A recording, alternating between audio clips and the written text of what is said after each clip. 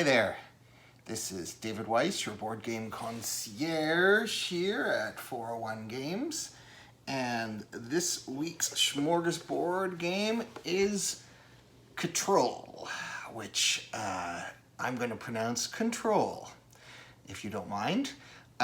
It's published by Pandasaurus Games and designed by relatively new designer Julio Nazario. I hope I'm pronouncing that right. Could be Julio. Control is a three-dimensional abstract game for 2 to 4 players. So let's look inside the box and see if Control is the game for you. So in Control, players take turns adding 3 cubes at a time to the battleground, which consists of this central black cube plus whatever cubes have already been placed on it. And all the cubes of your color are considered to be the domain. And everyone takes turns placing 3 cubes at a time until all the cubes run out. The first thing you do on your turn is remove your flag. So if it's yellow's turn, we take off yellow's flag. And then you're going to add your cubes. And the first cube you're going to place has to be adjacent to one you've already placed. And it's the only time on your turn when you can build away from the battleground. So normally when you place some cubes on, you're trying to wrap around the cube wherever possible. But let's say in this case, I'm going to place my first yellow cube. Oops. So I'm going to place my first yellow cube there. That one there. Then you're going to add the other 2 cubes. And you're going to place them in a straight line from that first cube in any of the 4 directions, except you can't go off the bottom, the idea being that this is resting on the table, but I'm holding it up here so you can see everything. So I'm going to be adding 2 more red cubes starting from there. And so in this case, for instance, I could go in this direction. But in doing so, I would be, if I put the cube one more out, oops, like that, I would be going away from the cube.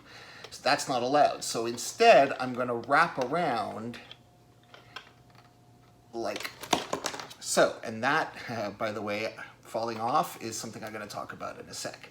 So in this case, I'm going to wrap around there, and then because there's a pink cube blocking it, I'm going to hop on top of it, like so. So actually, in this case, each of the 3 cubes from this direction is going bloop, bloop, bloop.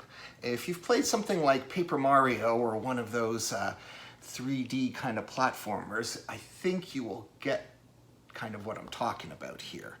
Now, if on the other hand, you come to a flag, the flags block your placement. So if I were to place 1, 2, and then the third one would be where the flag is, let's say for instance now it's blue's turn, and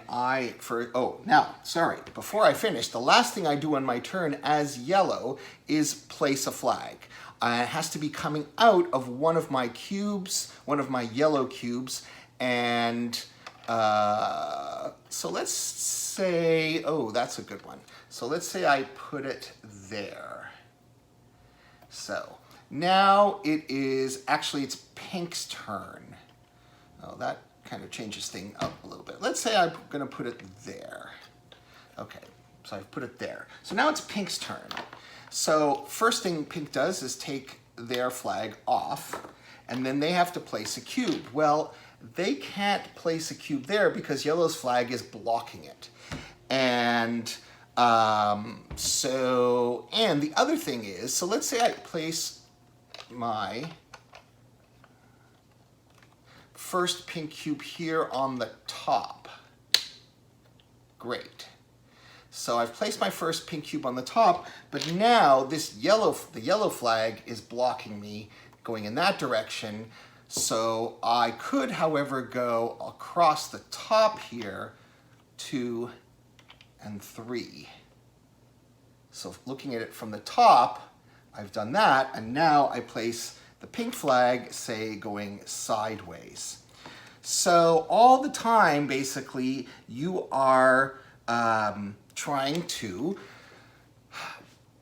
cover the battleground with your cubes so that when the game is done, you're going to score each of the 5 exposed faces. 1, 2, and again, I will talk about this in a sec.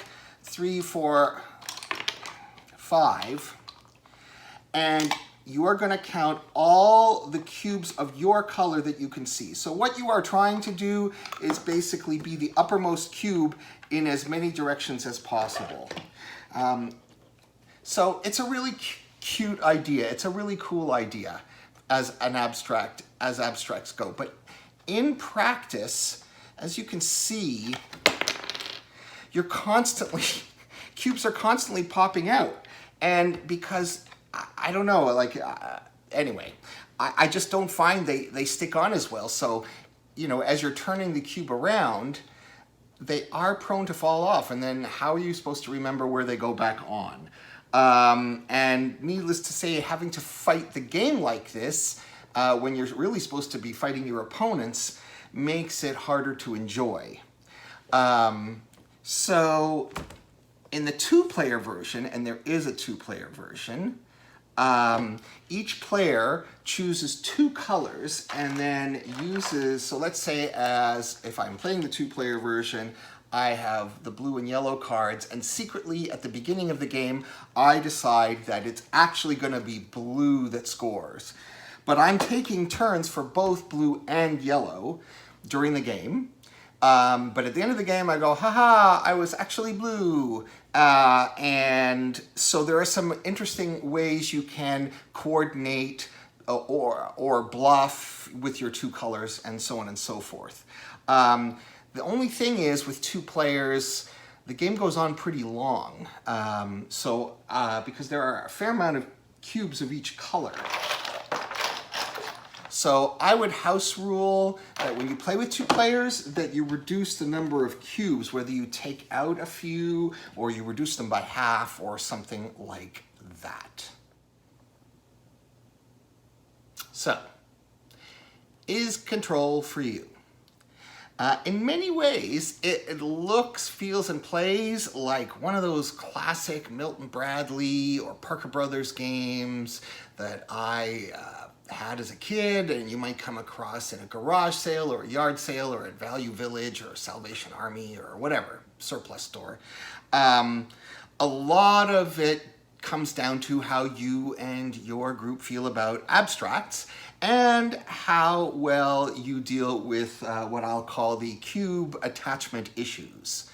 I also think that although the 2-player rules are workable, they're not really how the game is meant to be played. It's really meant to be played as a 3 or 4-player game.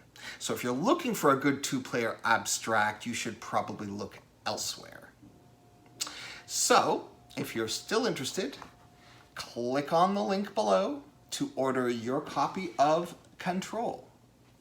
This is David Weiss, your board game concierge here at 401 Games.